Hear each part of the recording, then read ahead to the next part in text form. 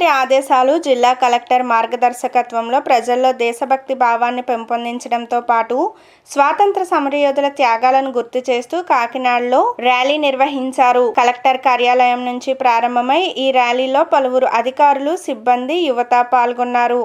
ఈ సందర్భంగా commissioner NVV Satyanarayana మాట్లాడుతూ భారతదేశ పౌరులుగా ఉండటం ప్రతి ఒక్కరూ గర్వించదగ్గవలసిన విషయమన్నారు. స్వాతంత్ర్యం సాధించి దశాబ్దాలు గడిచిన నేపథ్యంలో రాజ్యాంగం కల్పించిన హక్కులను అనుభవిస్తూ స్వేచ్ఛగా జీవిస్తున్నామని తెలిపారు.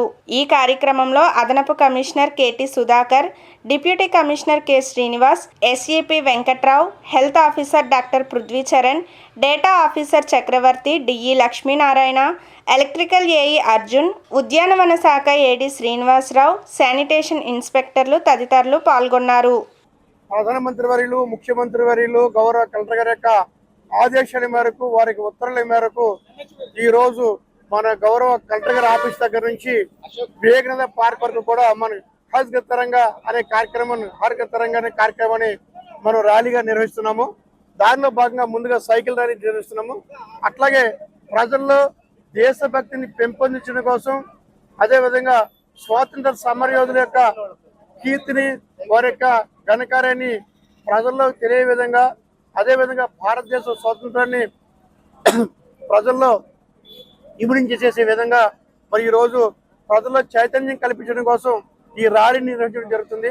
మనం భారతదేశం యొక్క పౌరులైనందుకు మనం చాలా గర్వపడాలి.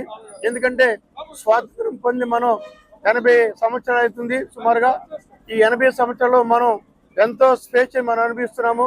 రాజ్యాంగబద్ధంగా కల్పించబడిన, ప్రజలకి కల్పించబడిన హక్కులను అనుభవిస్తూ మనం స్వాతంత్రంలో మనం జీవిస్తున్నాము. అందుకోసం గౌరవ ప్రధానమంత్రి వారి యొక్క ఆధ్వర్యంలో, ముఖ్యమంత్రి వారి యొక్క నేతృత్వంలో, గౌరవ కలెక్టర్ గారి యొక్క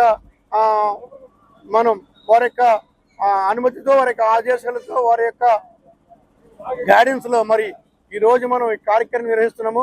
ముఖ్యంగా దీని ఉద్దేశం ఏంటంటే ప్రజల్లో దేశభక్తిని కల్పించడం కోసం, అట్లాగే స్వాతంత్ర సమరయోధుల యొక్క త్యాగాలను మనం గుర్తించి మన భావితరాల వారికి కూడా తెలియజేసే విధంగా మరి ఈ కార్యక్రమం నిర్వహిస్తున్నాము.